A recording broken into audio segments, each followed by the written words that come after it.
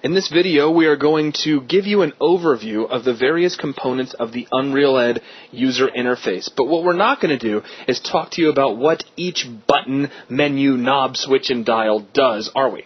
Right, that would take us way too close into the individual inner workings of everything.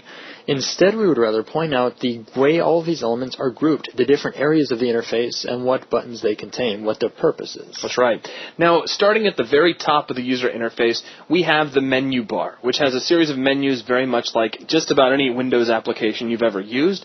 Just underneath this, we have the toolbar, which has a lot of common functions, many of which are already found up inside the menus, but you'll be reaching for these a lot when you start actually creating your levels. If we move down from here and starting on the left side of the screen, we have the toolbox. Now, the toolbox is broken up into several key elements in and of itself, with various functions ranging from what mode the editor is in to some primitive shapes that you can add into your level, and other things, too, that we'll be talking about once we actually get to the video about the toolbox.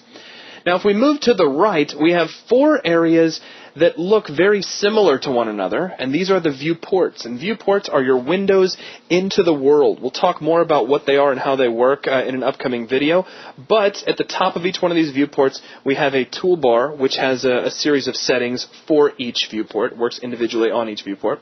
Underneath our viewports, at the very bottom of the interface, it's really close to the bottom of your screen, we have the console bar, which gives you a series of information based on what you have selected as you move things around, and it gives you some features that you can turn on and off, such as snapping and auto-saving.